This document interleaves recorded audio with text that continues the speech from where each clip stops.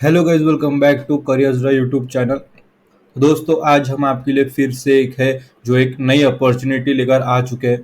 तो आज की जो अपॉर्चुनिटी है वो जोहो कंपनी की तरफ से Zoho recruitment 2024 technical support engineer, ये जॉब पोजीशन के लिए technical support engineer job role के लिए जॉब है। हम इस वीडियो में इस जॉब रोल के लिए जोहो कंपनी में पूरा जो अप्लाई प्रोसेस है वो लाइव करेंगे। ठीक है, तो जुड़े रहिए हमारे साथ। तो थोड़ा ओवरव्यू देखते हैं इसके लिए जोहो कंपनी के बारे में। तो Zoho recruitment 2024, company name Zoho, post name technical support engineer, salary up to 6 lakh per annum ये मिल सकती है। ये कोई फिक्स सैलरी मैंने बताई नहीं है, ये एक्सपेक्टेड है, या आप इतना एक्सपेक्टेड कर सकते हैं। ठीक है, वो आपकी स्किल्स के ऊपर डिपेंड है।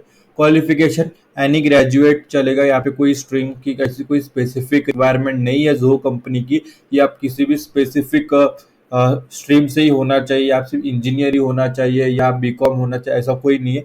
All graduates are eligible to apply this. ठीक है, एक्सपीरियंस की बात करें तो फ्रेशर्स और एक्सपीरियंस बोथ आर एलिजिबल।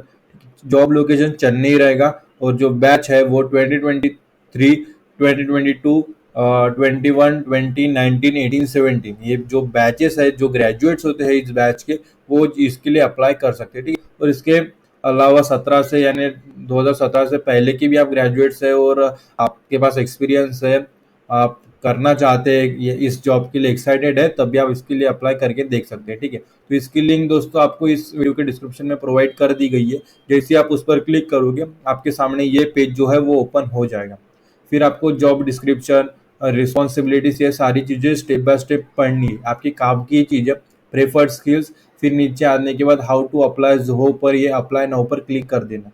जैसे आपने अप्लाई नाउ पर क्लिक किया, हमारे सामने नेक्स्ट पेज जो है वो ओपन हो जाएगा। जैसे देखो Zoho, left hand side top पर ये देखो जोहो का सिंबल, और उसके नीचे जोहो लिखा हुआ है, टेक्निकल सपोर्ट इंजीनियर।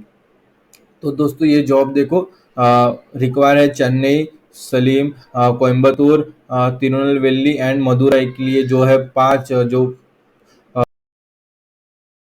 प्लेसेस है, पांच जगहों के लिए, जो जो की ब्रांचेस है, पांच जगहों पे, वहाँ पे जो job available. I am interested पे क्लिक करेंगे तो हमारे सामने नेक्स्ट पेज जो है वो ओपन हो जाएगा। तो सब वक्त लेता है, तो आपको पेशेंस के साथ ये वीडियो देखना है।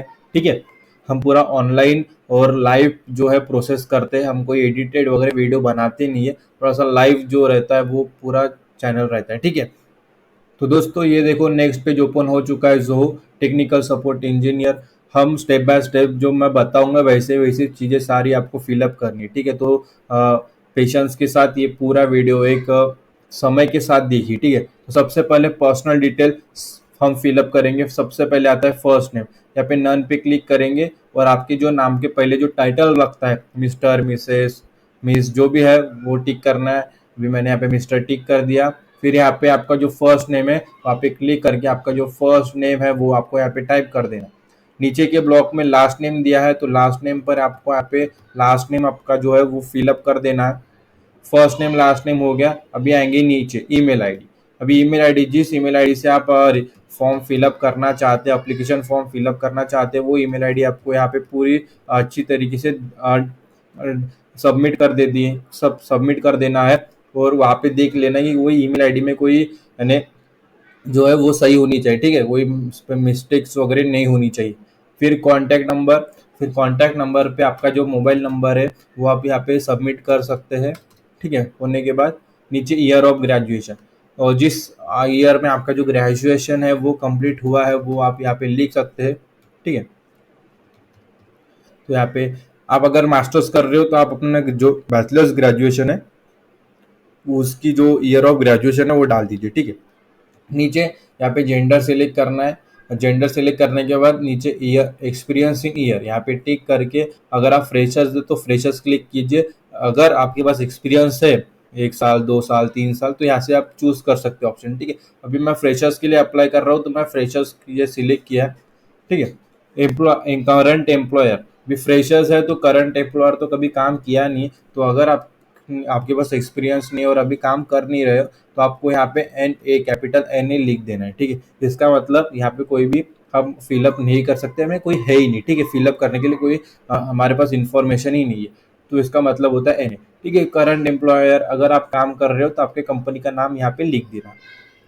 फिर नीचे आएंगे करंट सीटीसी इन लैक्स पर एनम, ठीक है।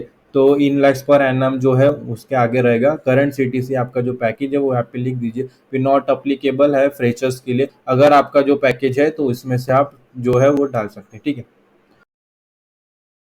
फिर एक्सपेक्टेड सीटीसी, यानी आपको कितना रिक्वायरमेंट है, आपकी क्या एक्सपेक्टेशंस है वो आपको बतानी है। तो यहाँ पे मैं ओपन कर दूंगा, ठीक है। तो यहाँ पे ओपन कर देना है, यानी बाद में डिस्कस करेंगे। हम हर एक जो सीटीसी कंपनी के द्वारा प्रोवाइड है उसके लिए हम उसके लिए ओपन है, इसका मतलब ओपन होता है, ठीक है।